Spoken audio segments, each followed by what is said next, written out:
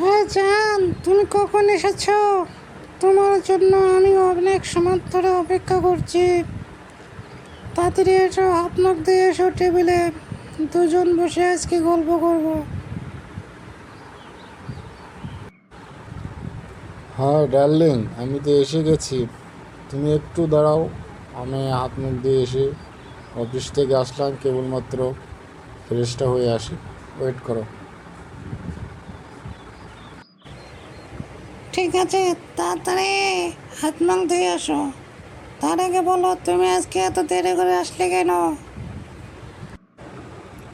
আর বলো না, ঢাকা শহরে যে এত জ্যাম, এই জ্যামের জন্য আমাকে না আসতে আজকে একটু দেরি হয়ে গেল। ওকে ঠিক আছে, তুমি নাস্তা রেডি করো, আমি যাবো আর চলে আসবো। ঠিক আছে, ঠিক আছে, যাও হাত মুখ দিয়ে আসো।